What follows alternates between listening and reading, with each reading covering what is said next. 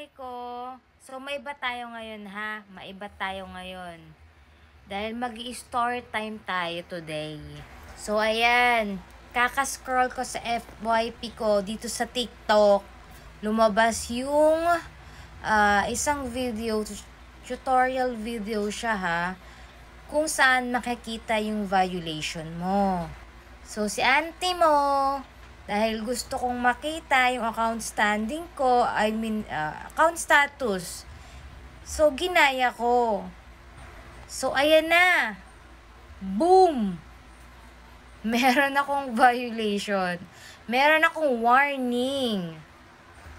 Yan. So, alam ko, naka-receive ako ng notification about dito. Hindi ko lang siguro napansin or pinansin. Ganyan.